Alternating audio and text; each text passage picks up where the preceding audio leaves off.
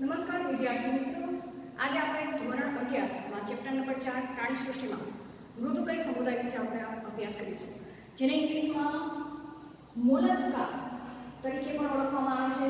તો સૌથી પહેલા તો મૃદુકય સમુદાયનું નામ શા માટે આપવામાં આવ્યું તેના વિશે આપણે ચર્ચા કરી. તો આ સમુદાયના બધા જ પ્રાણીઓનું શરીર એક એવું છે, સોફ્ટ છે, મૃદુ છે, બરાબર, અને તેને આધારે આ સમુદાયનું નામ મૃદુકય નામ આપવામાં આવ્યું. બરાબર. હવે બીજી એક સામાન્ય લાક્ષણિકતા વિશે આપણે ચર્ચા કરવા જઈએ તો આ સમુદાય એક બીજા ક્રમનો સૌથી મોટો સમુદાય નામ આપવામાં આવ્યો છે. બરાબર. તો આપણે શું લખશું? બીજા ક્રમનો મોટો સમુદાય છે. હવે બીજા ક્રમનો મોટો સમુદાય છે તો પહેલા ક્રમનો મોટો સમુદાય કયો છે? તો તે આપણે આગળના લેક્ચરમાં ચર્ચા કરી ગયા છે. જેમ કે સંધિપાદ એ સૌથી મોટો સમુદાય પૃથ્વી ઉપર જોવા મળતા જેટલા જ પ્રાણીઓની ઓળખ ઊભી થઈ છે તેમાંના 2/3 કે તેનાથી વધારે પ્રાણીઓનો સમાવેશ સંધિપાદ સમુદાયમાં કરવામાં આવેલો છે, જેથી તેને સૌથી મોટો સમુદાય તરીકે ઓળખવામાં આવે છે પ્રાણી સૃષ્ટિમાં. બરાબર. આ મૃદુકય સમુદાય બીજા ક્રમમાં છે. ચલો હવે સામાન્ય લાક્ષણિકતા વિશે આપણે ચર્ચા કરીએ, પછી તેની વિશિષ્ટતાઓ વિશે આપણે ચર્ચા કરીશું. તો સામાન્ય લાક્ષણિકતામાં સૌથી પહેલા તેનું આપણે નિવાસસ્થાન વિશે ચર્ચા કરવા જઈએ તો આ સમુદાયના પ્રાણીઓ એ સ્થળ જ પર નિવાસ કરતા જોવા મળે છે અને જલજ નિવાસસ્થાન કરતા પણ જોવા મળે છે. તો હવે જલજમાં પણ અમુક પ્રાણીઓ ખારા પાણીમાં વસવાટ કરતા જોવા મળે છે, અમુક પ્રાણીઓ મીઠા પાણીમાં વસવાટ કરતા જોવા મળે છે. બરાબર. તો અહીંયા આપણે તેની નિવાસસ્થાન વિશે ચર્ચા કરી ગયા. ચલો એના સિવાય આપણે બીજા પોઈન્ટ વિશે ચર્ચા કરવા જઈએ તો સૌથી પહેલા તો આપણે દૈનિક આયોજન વિશે ચર્ચા કરી. તો દૈનિક આયોજન એ અંગતંત્રીય આયોજન ધરાવે છે. કેવું? અંગતંત્રીય આયોજન. હવે આ બધા સામાન્ય લાક્ષણિકતા છે. બરાબર. અંગતંત્રીય આયોજન કયા સમુદાયથી ચાલુ થયું છે તે આપણા આગળના લેક્ચરમાં થોડુંક તમે રિવાઇઝ કરતા જાઓ. જેમ કે અંગતંત્રીય આયોજનનું સ્તર એ સૌપ્રથમ સૂત્રકૃમિ સમુદાયના પ્રાણીમાં જોવા મળ્યું. ત્યારબાદ સૂત્રકૃમિથી લઈને બધા જ સમુદાયમાં આ એક પોઈન્ટ એ સામાન્ય લક્ષણ તમારે બધામાં લખી નાખવાનું. તેના સિવાય જોવા જઈએ તો ગર્ભસ્તર. હવે ગર્ભસ્તરીય રચના જોવા જઈએ તો તે કેવા છે? તે ગર્ભસ્તરીય છે. આ પણ એક સામાન્ય લાક્ષણિકતા છે. સ્તરીય દેહકોષ્ઠ જોવા જાય તો આ સમુદાયના પ્રાણીઓ પણ કેવા છે? દેહકોષ્ઠધારી છે. ચલો યાદ કરો કે સૌપ્રથમ દેહકોષ્ઠની રચના એ કયા સમુદાયમાં જોવા મળી હતી? નુપુરક સમુદાયમાં. તો નુપુરક સમુદાયથી લઈને બધા જ જે મેરુદંડી સમુદાયના બધા જ પ્રાણીઓમાં આ લાક્ષણિકતા સામાન્ય જોવા મળશે. બરાબર. હવે આપણે ખંડતા વિશે ચર્ચા કરવા જઈએ. ચલો પેલા સંમિતિ જે આપણે આગળ સામાન્ય લક્ષણ છે તે જ ક્રમ આપણે જાણી રાખીએ. સંમિતિ તો આ સમુદાયના પ્રાણીઓ એ દ્વિપાર્શ્વ સંમિતિ ધરાવતા જોવા મળે છે. બરાબર. હવે ખંડતા વિશે ચર્ચા કરવા જઈએ તો ખંડતા આ સમુદાયના પ્રાણીઓ ખંડવિહીન જોવા મળે છે. કેવા? ખંડવિહીન. કે તેની અંદર કોઈ ખંડ, જેમ આપણે આગળ દેહકોષ્ઠધારી પ્રાણીઓમાં કયા બે સમુદાય વિશે આપણે ચર્ચા કરી ગયા? એક તો નુપુરક સમુદાય અને સંધિપાદ સમુદાય. બરાબર. તો નુપુરક સમુદાયમાં ખંડતા જોવા મળતી હતી કે નહીં? તો જોવા મળતી હતી. બરાબર. કેવી? સમખંડતા જોવા મળતી હતી. એવી જ રીતના સંધિપાદ સમુદાયમાં ખંડતા જોવા મળતી હતી કે નહીં? તો હા, તેમાં ખંડતા જોવા મળતી હતી, પણ બાહ્ય સપાટીએ ખંડતા સમખંડતા વાળું નહોતું જોવા મળતું, પણ અંદરની બાજુએ જે આપણે કોકરોચમાં વંદામાં આગળ આપણે ચર્ચા કરવાની છે કે અંદર શરીરની અંદરની બાજુએ ખંડતા જેવી રચના જોવા મળતી હતી. તો હવે તેના પછીનો સમુદાય મૃદુકય સમુદાય કે અહીં સમાવેશ કરવામાં આવેલા બધા જ પ્રાણીઓમાં ખંડતા જોવા મળતી નથી. હવે આપણે તેની આ તો સામાન્ય લાક્ષણિકતા વાત કરી ગયા. હવે આપણે વિશિષ્ટ લક્ષણો વિશે આપણે થોડી ચર્ચા કરવા જઈએ તો વિશિષ્ટ લક્ષણોમાં કયા કયા લક્ષણો છે તે આપણે ચર્ચા કરી.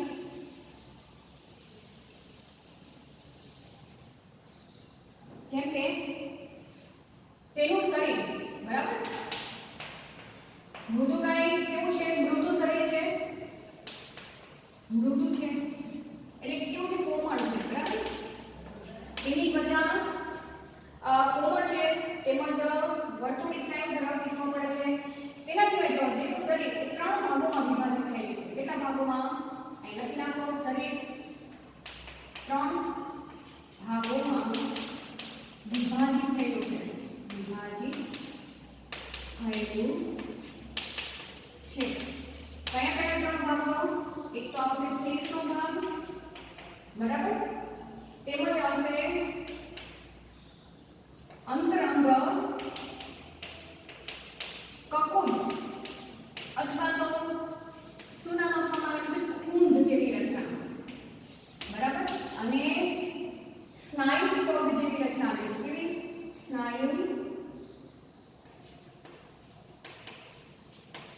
પગ, બરાબર? આપણે ત્રણે ભાગો વિશે ચર્ચા કરીશું. તેની અંદર શું આવેલું છે, તેની રચના શું છે, થોડી ઘણી અંશે આપણે ચર્ચા કરીશું, તેનું શું કાર્ય છે. તો હવે સૌથી પહેલા સ્નાયુ પગ છે.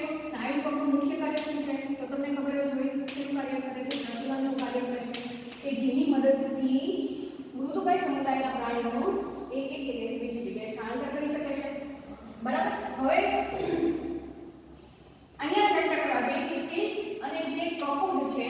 હવે આ કકુદ યાદ ન હોય તો કાંઈ નહીં, તમે કુંદ શબ્દ તો યાદ રાખી શકશો. કુંદ એટલે શું? કે એને જે પીઠનો ભાગ હોય એ પીઠનો ભાગ કેવો હોય? ઉપસેલો હોય, બરાબર? જેમ કે આ રીતે જોવા જઈએ તો આ પીઠનો ભાગ કેવો કહેવાશે? ઉપસેલો કહેવાશે.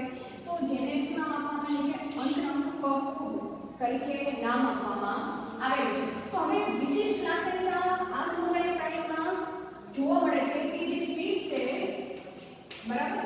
શીર્ષ અને જે કકુદનો ભાગ છે, તમે કકુદ લખો અથવા તો ખૂન લખો, બંને એક જ કહેવાશે, બરાબર? કકુદ ના ભાગ પર એક આવરણ આવેલું હોય છે, બરાબર? ની ભાગ ઉપર કાં તો તમે કહી શકો કે શીર્ષ અને કકુદનો ભાગ એ પ્રાવર આવરણ વડે ઢંકાયેલો હોય છે. શેના વડે? ઢંકાયેલો હોય છે, બરાબર?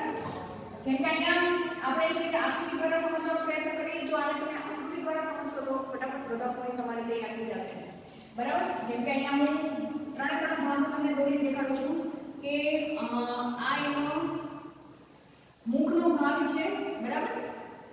હવે અહીંયાથી એની ખૂંદનો ભાગ આ રીતે, બરાબર? અને નીચે એના આ રીતે પ્રચલન કરતા અંગો આવેલા છે, બરાબર? તો આને શું નામ આપેલું છે? શીર્ષનો ભાગ. આને કકુદ કહેવાશે, ખ્યાલ આવ્યો? અને આ શું છે? સ્નાયુ પગ. દેખાય છે, બરાબર? આપણે કકુદનો ભાગ થોડો તમને નાનો કરીને દેખાડો એટલે આખી આકૃતિ આવી જાય. આ કકુદનો ભાગ આ રીતે, બરાબર?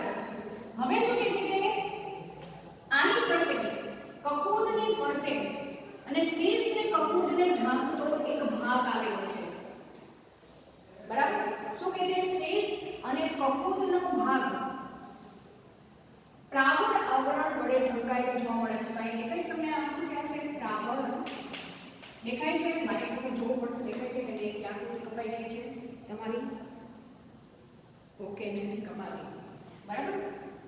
શું આવ્યું છે? પ્રાવર આવરણ. યાદ રહે છે? શીર્ષ અને કકુદના ભાગને ઢાંકતો એક આવરણવાળો ભાગ છે જેને પ્રાવર આવરણ કહેવામાં આવે છે.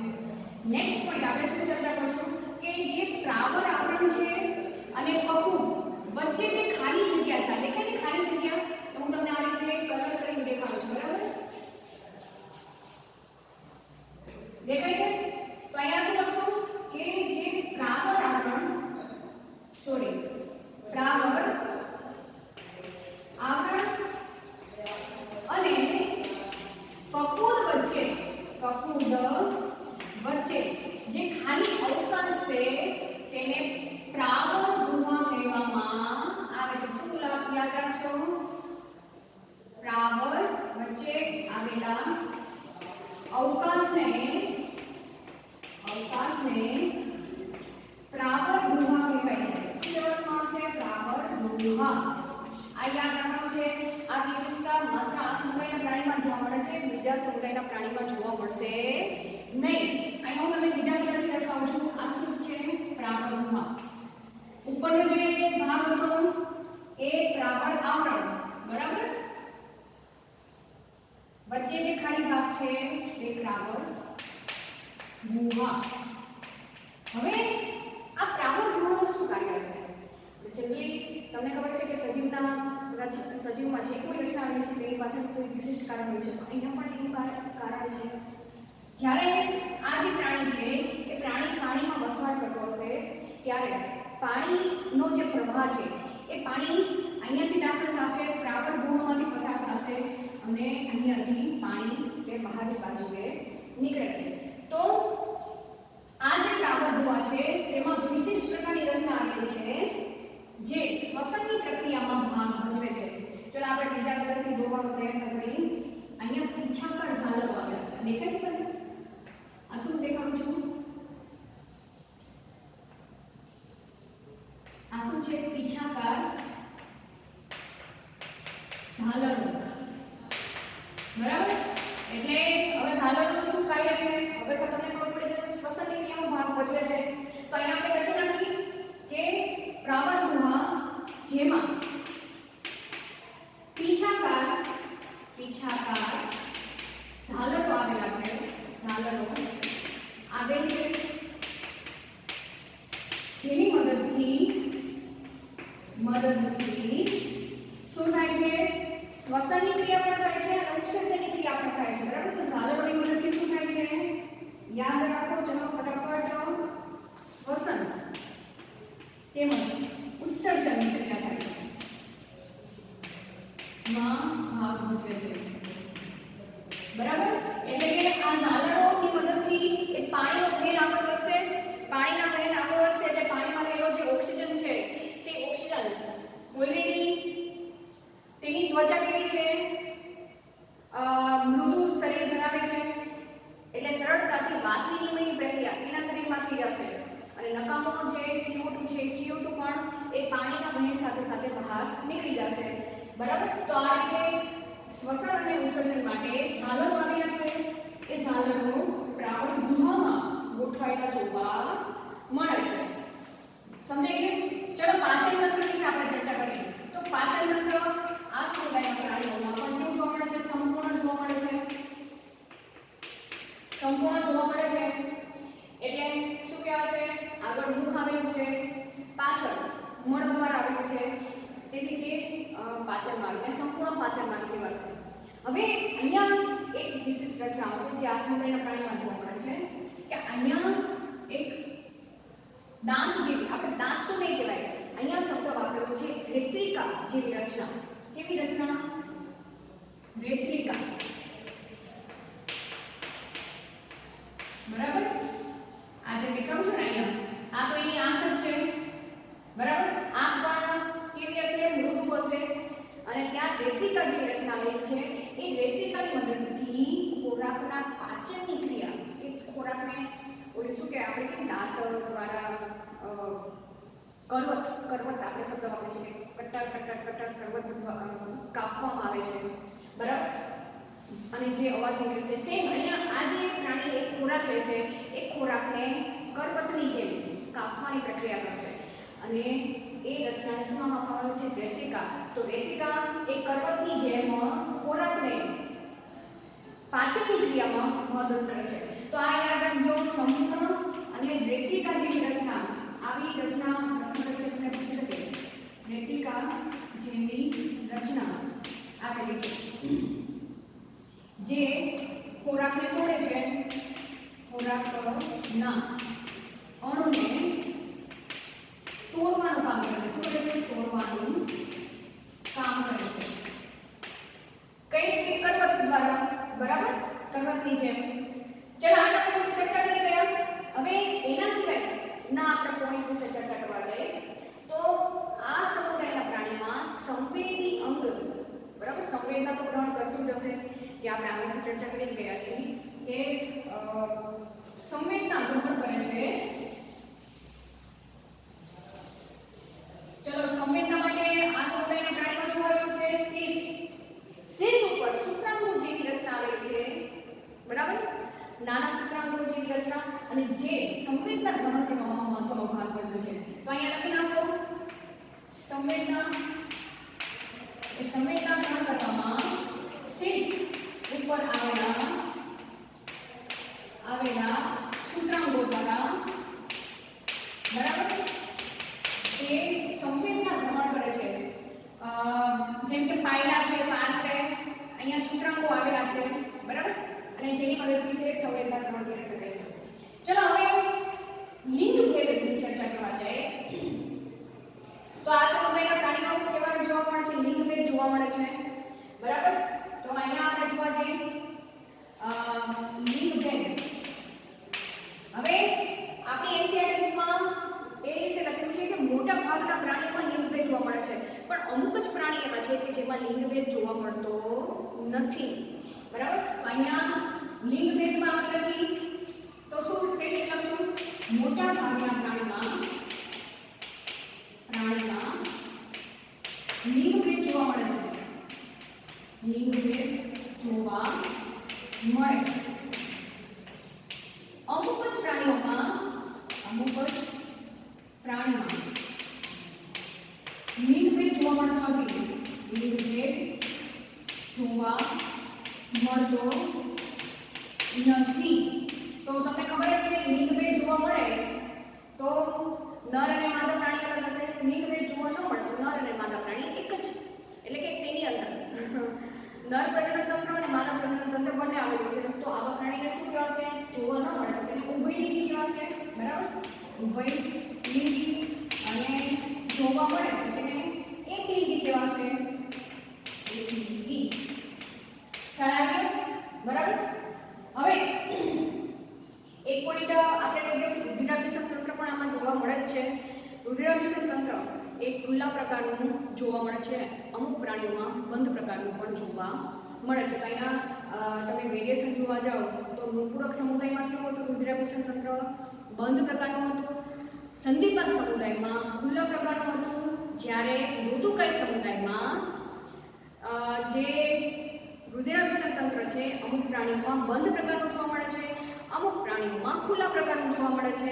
યાદ રાખ્યું? લખવું તો લખી નાખજો સાથે સાથે, બરાબર. રુધિરાભિસંધ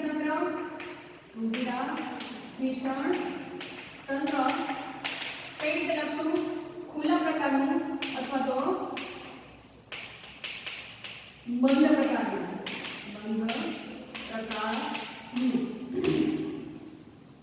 જેમ કે ઓક્ટોપસ તમે જોયેલો છે, બરાબર. ખાસ આપણી એશિયાટિક બુકમાં એકાદ ઉદાહરણ આપેલું છે. જેમ કે બંધ પ્રકારનું રુધિરાભિસંધ તંત્ર જોવા જાય તો શેમાં આવશે? આપણે ઉદાહરણ ચર્ચા કરી લઈએ, બરાબર. એસ્પાસિયામાં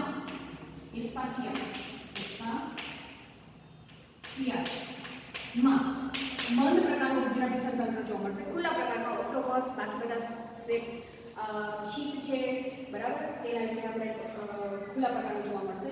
હવે અહીંયા એક કંકાલ વિશે આપણે વાત કરવા જઈએ કે કંકાલ તંત્રની રચના પણ જોવા મળે છે, બરાબર.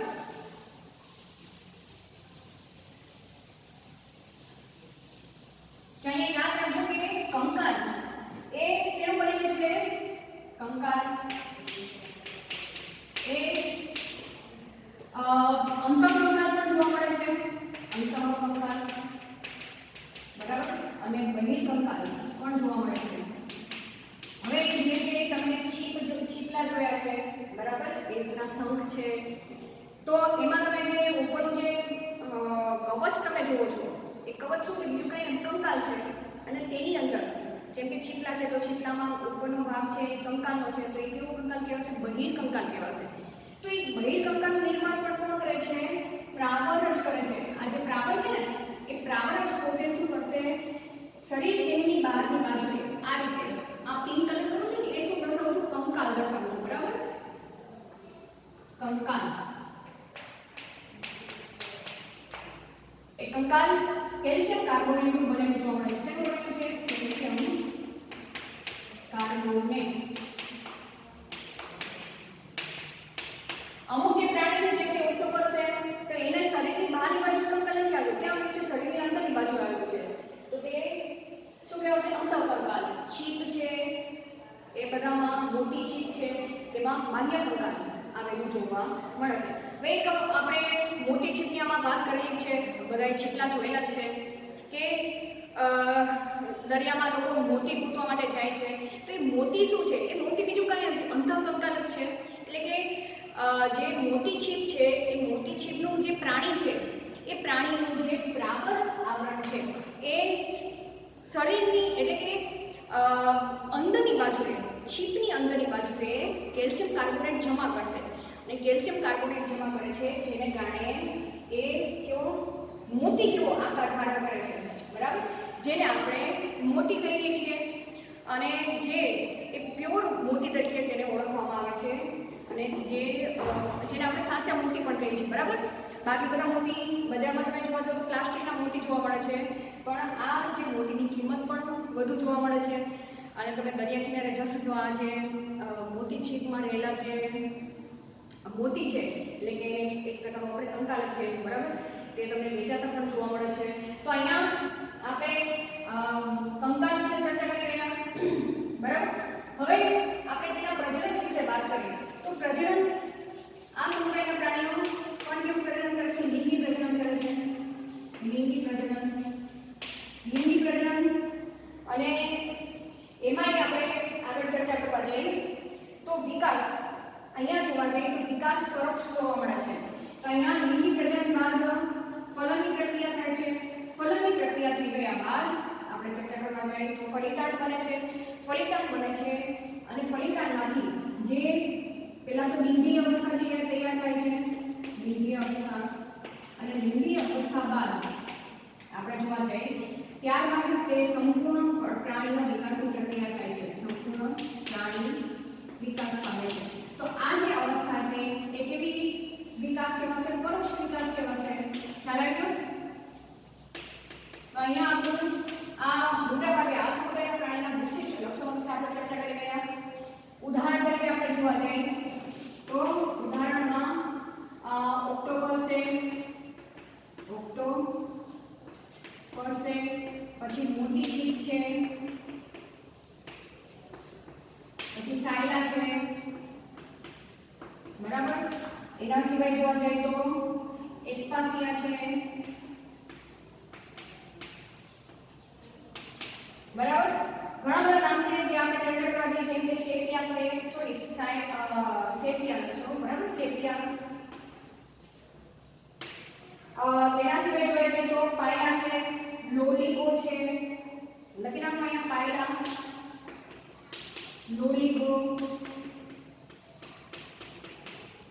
ચલો એના સિવાય દંત કવચ અને અષ્ટ કવચ નામ આવેલું છે, બરાબર.